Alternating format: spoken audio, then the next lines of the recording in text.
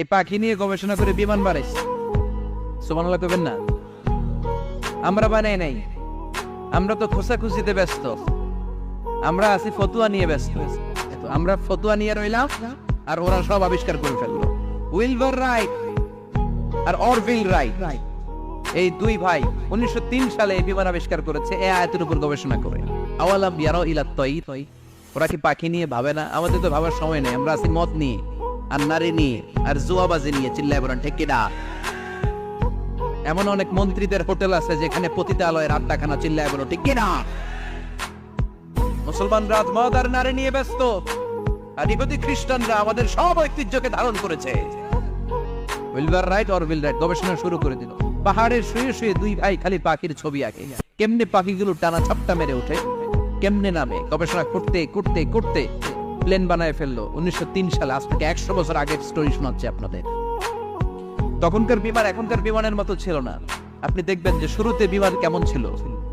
শুরুতে ভাঙ্গা চূড়া দুইটা পাখা নিয়ে একটু উড়ে আবার থপাস করে পড়ে, কিন্তু আশা হারায় নাই, আবার উড়ে থপাস করে পড়ে। আমেরিকাতে সুবিধা করতে পারেনি। ফ্রান্সের এক কিং তাদেরকে ডোনেট করেছে বিপুল অঙ্কের টাকা দিয়ে। তারা প্রথম ফ্রান্সের একটা শহর থেকে আরেকটা শহরে পৃথিবীর প্রথম প্যাসেঞ্জার প্লেন নিরাপদে ল্যান্ড করেছে।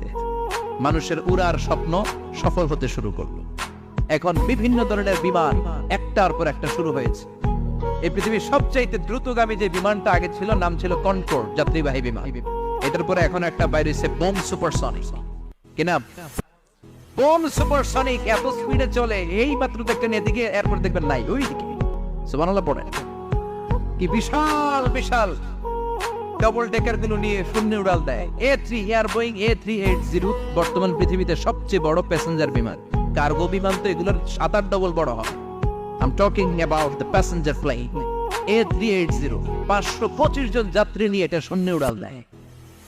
525 জন যাত্রী, কেবিন ক্রু, পাইলট, বিমানের ওজন, খাবার দাবারের ওজন, ফুয়েলের ওজন, 525 জনের লাগেজ টাগেজের ওজন, এই সব নিয়ে শূন্যে উড়াল দেয়।